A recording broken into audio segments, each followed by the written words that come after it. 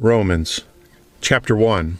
Paul, a servant of Jesus Christ, called to be an apostle, separated unto the gospel of God, which he had promised afore by his prophets in the Holy Scriptures, concerning his Son Jesus Christ, which was made of the seed of David according to the flesh, and declared to be the Son of God with power, according to the Spirit of holiness, by the resurrection from the dead, by whom we have received grace and apostleship, for obedience to the faith among all nations for his name, among whom are ye also called of Jesus Christ, to all that be in Rome, beloved of God, called to be saints. Grace to you and peace from God our Father and the Lord Jesus Christ. First, I thank my God through Jesus Christ for you all, that your faith is spoken of throughout the whole world. For God is my witness, whom I serve with my spirit in the gospel of his Son, that without ceasing I make mention of you always in my prayers, making request, if by any means now at length I might have a prosperous journey by the will of God to come unto you. For I long to see you, that I may impart unto you some spiritual gift, to the end ye may be established. That is, that I may be comforted together with you by the mutual faith both of you and me. Now I would not have you ignorant, brethren, that oftentimes I purposed to come unto you, but was let hitherto, that I might have some fruit among you also, even as among other Gentiles. I am debtor both to the Greeks and to the Barbarians, both to the wise and to the unwise. So, as much as is in me, I am ready to preach the gospel to you that are at Rome also. For I am not ashamed of the gospel of Christ, for it is the power of God unto salvation to everyone that believeth, to the Jew first and also to the Greek. For therein is the righteousness of God revealed from faith to faith, as it is written, the just shall live by faith. For the wrath of God is revealed from heaven against all ungodliness and unrighteousness of men who hold the truth in unrighteousness, because that which may be known of God is manifest in them, for God hath shewed it unto them. For the invisible things of him from the creation of the world are clearly seen, being understood by the things that are made, even his eternal power and Godhead, so that they are without excuse. Because that, when they knew God, they glorified him not as God, neither were thankful, but became vain in their imaginations, and their foolish heart was darkened. Professing themselves to be wise, they became fools, and changed the glory of the uncorruptible God into an image made like to corruptible man, and to birds and fourfooted beasts and creeping things.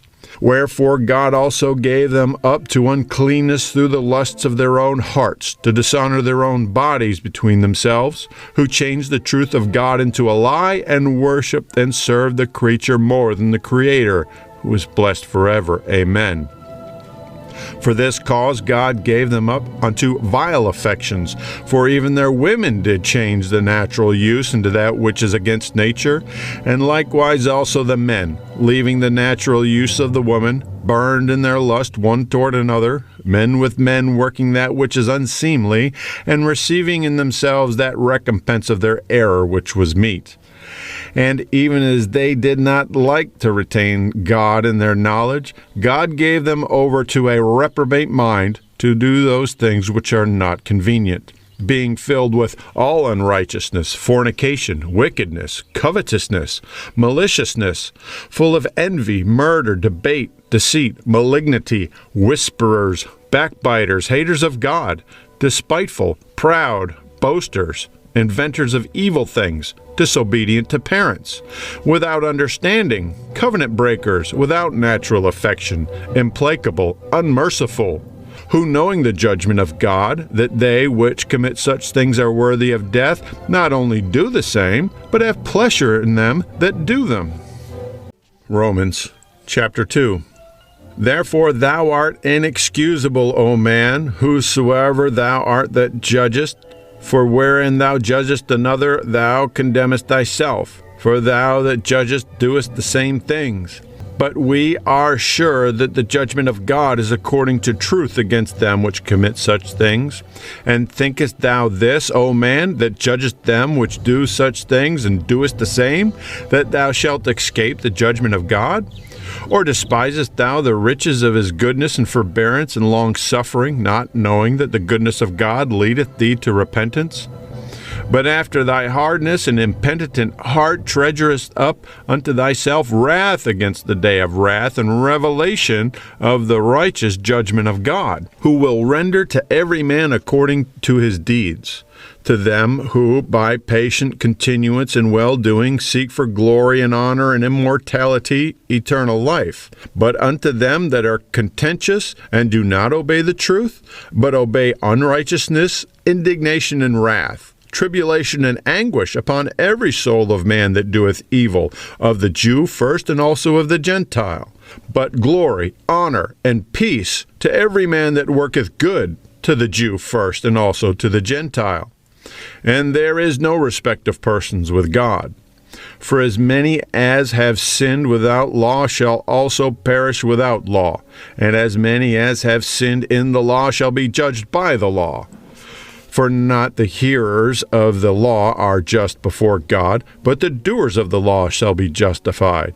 For when the Gentiles, which have not the law, do by nature the things contained in the law, these, having not the law, are a law unto themselves, which shew the work of the law written in their hearts, their conscience also bearing witness, and their thoughts the meanwhile accusing or else excusing another.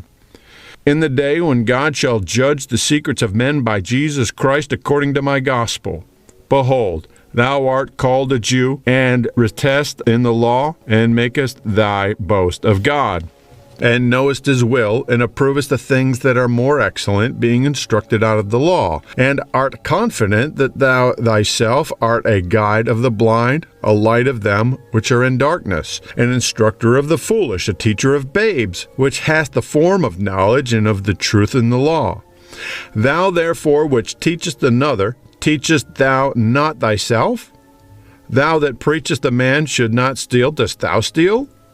Thou that sayest a man should not commit adultery, dost thou commit adultery? Thou that abhorrest idols, dost thou commit sacrilege? Thou that makest thy boast of the law, through breaking the law dishonourest thou God? For the name of God is blasphemed among the Gentiles through you, as it is written. For circumcision verily profiteth, if thou keep the law, but if thou be a breaker of the law, thy circumcision is made uncircumcision. Therefore, if the uncircumcision keep the righteousness of the law, shall not his uncircumcision be counted for circumcision?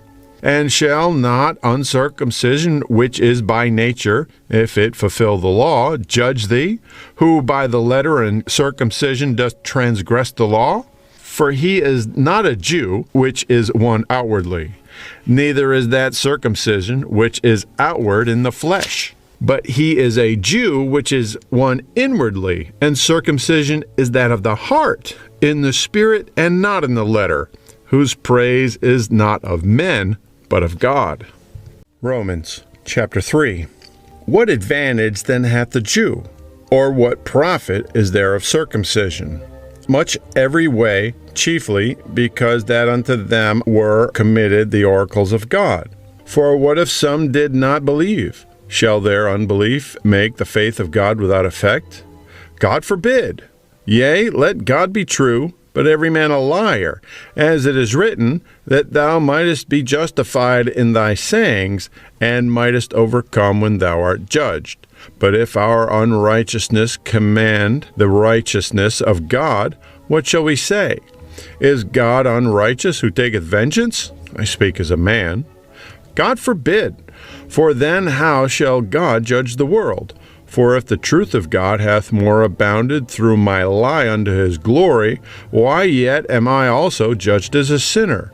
And not rather, as we be slanderously reported, and as some affirm that we say, let us do evil that good may come, whose damnation is just. What then? Are we better than they? No, in no wise. For we have before proved both Jews and Gentiles that they are all under sin. As it is written, there is none righteous, no, not one. There is none that understandeth, there is none that seeketh after God. They are all gone out of the way, they are altogether become unprofitable. There is none that doeth good, no, not one. Their throat is an open sepulchre. With their tongues have they used deceit. The poison of asps is under their lips, whose mouth is full of cursing and bitterness. Their feet are swift to shed blood. Destruction and misery are in their ways, and the way of peace have they not known. There is no fear of God before their eyes. Now we know that what things soever the law saith, it saith to them that are under the law, that every mouth may be stopped, and all the world may become guilty before God. Therefore, by the deeds of the law there shall no flesh be justified in his sight, for by the law is the knowledge of sin. But now the righteousness of God without the law is manifested, being witnessed by the law and the prophets, even the righteousness of God which is by faith of Jesus Christ unto all and upon all them that believe, for there is no difference. For all have sinned and come short of the glory of God, being justified freely by his grace through the redemption that is in Christ Jesus, whom God hath set forth to be a propitiation through faith in his blood, to declare his righteousness for the remission of sins that are past through the forbearance of God. To declare, I say, at this time his righteousness, that he might be just, and the justifier of him which believeth in Jesus. Where is boasting then? It is excluded. By what law? Of what works? Nay, but by the law of faith. Therefore we conclude that a man is justified by faith without the deeds of the law. Is he the God of the Jews only? Is he not also of the Gentiles? Yes, of the Gentiles also, seeing it is one God which shall justify the circumcision by faith and uncircumcision through faith. Do we then make void the law through faith? God forbid. Yea, we establish the law.